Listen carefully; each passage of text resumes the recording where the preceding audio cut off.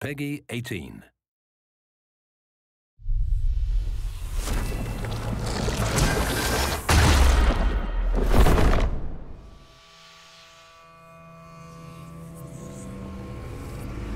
It was 2009, towards the end of when we were finishing Dragon Age Origins, when myself, Matt Goldman, and Mike Layla started to get together on a weekly basis to talk about the directions we wanted to take the franchise and the things we wanted to explore if we had a chance to do so. We built a kind of a cartoon animatic of what we would like to be in the game if we were going to really pull out the stops and do whatever we wanted.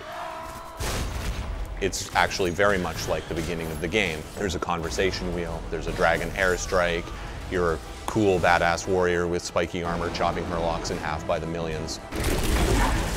It was exciting. It was like, wow, man, can we actually pull that off? Can we feel like the party works together to demolish foes rather than having their disparate abilities? So brainstorming with the core leads on Dragon Age is pretty exhilarating. I really love to lead him astray with crazy ideas. Every time we would talk, I'd start talking about how every piece of our art would involve Ulrich von Hawk, the lycanthrope character of our game, howling and like tasting his own blood. Anyways, it kind of got out of control after a while, so I had to drop it. But it was pretty fun while it lasted. You know, the final beautiful touch of it was when we said, what if we could tell a story that was more personal? And that's where the idea of Hawk, the champion of Kirkwall, and that rise to power over a decade of history came out. Where Origins really shone by having this huge epilogue that had thousands of variations based on the choices you've made. Instead, we've moved that into the gameplay. People you've interacted with at the beginning of the game are going to have their kind of situations profoundly affected by their interaction with Hawk, your character. If getting the relic gets Castillon off your back, then I'll help you retrieve it. There might be something I could do for you, if you're looking for company later. You re-interact with them, you see how that worked out. So we believe it may be our most reactive game to date. So here we were, we finished these brainstorming sessions. There's a lot of stuff on the whiteboards. There's a lot of pie-in-the-sky ideas. And then Dragon Age Origins came out, and it beat all of our expectations. Perfect scores, the VGA awards. We also had a bunch of meta reviews, comments coming in about Origins, and what really resonated for me was this resounding theme that Origins was an amazing story-based classical RPG, but that there were elements of it that seemed to be dragging. If you're telling a dark fantasy, you don't want combat to feel like you're playing a chess game with a friend.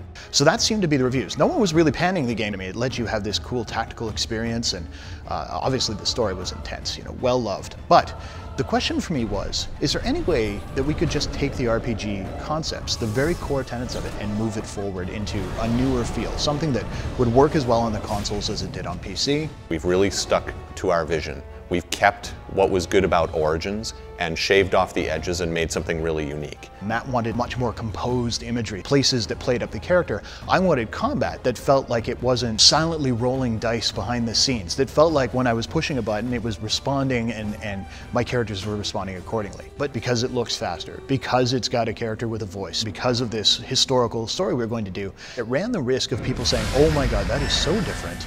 I'm not sure it's for me. And we knew that would be a potential problem. But at the same time, we also knew that the game we were designing was not one that would actually alienate them. So what we've been very open with is letting people go hands-on. And the big thing we saw is that even people who loved Origins, people who came wearing armor from Origins, were playing the game and going, oh wow, I see what you did here. It's almost hard to communicate how much this game still feels like Origins, despite feeling completely different. We're trying to make a game that we would love to play. We have the best in the biz running their teams and working really hard together to make this thing come true.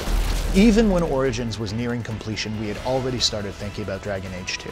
We'd already begun sharpening that axe. So the moment they took the blinders off and said, okay, go, we knew exactly what we were making, we knew the exact vision we were trying to bring to the player.